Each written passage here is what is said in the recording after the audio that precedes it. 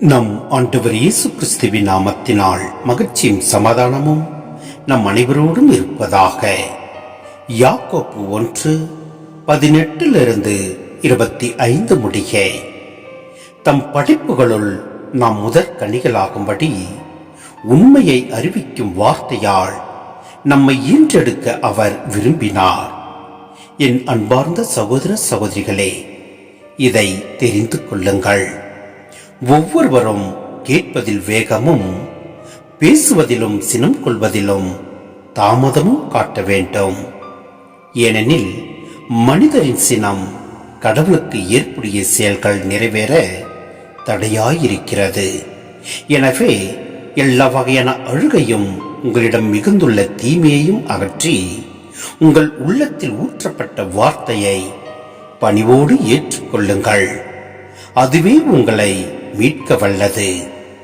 இறை வார்த்தையை கேட்கிறவர்களாக மட்டும் இருந்து உங்களை ஏமாற்றிக் கொள்ள வேண்டாம். அதன்படி நடக்கிறவர்களாயும் இருங்கள்.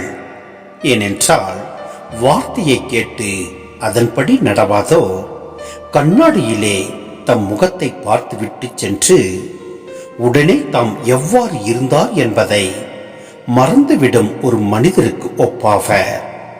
ஆனால் நிறைவான விடுதலை அளிக்கக்கூடிய சட்டத்தை கூர்ந்து கவனித்து அதை தொடர்ந்து கற்போர் தாம் கேட்பதை மறந்து விடுவதில்லை. அவர்கள் அதற்கேற்ற செயல்களை செய்வார்கள். தம் செயல்களால் பேறு பெற்றவர் ஆவார்கள்.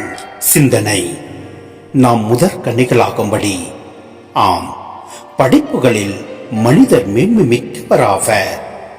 கடவுளுக்கு உகந்த வாழ்க்கை வாழ இங்கு அறிவுறுத்தப்படுகிறது.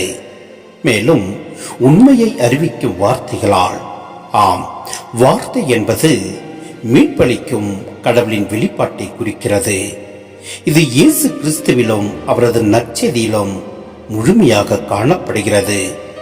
திருமுழுக்கின் மூலம் கடவுள் நம்மை தம் பிள்ளைகளாக ஈன்றெடுத்தார் என்று நாம் கருத வேண்டும்.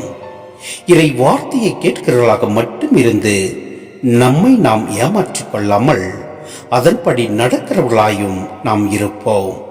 ஏனென்றால் நாம் இறை வார்த்தையை கேட்டு அதன்படி நடவாமல் இருக்கின்றோம் என்றால் கண்ணாடியிலே தம் முகத்தை பார்த்துவிட்டு சென்று நாம் எவ்வாறு இருந்தோம் என்பதை மறந்து விடுவதற்கு நாம் சமமாகும். எனவே நம் ஆண்டவரின் வார்த்தையை கேட்டு அதன்படி செயல்படுவோம். எல்லாம் வல்ல இறைவன் நம்மை நிறைவாய் ஆசீர்வதித்து நிலை வாழ்வுக்கு அழைத்து செல்வார். ஆமேன்.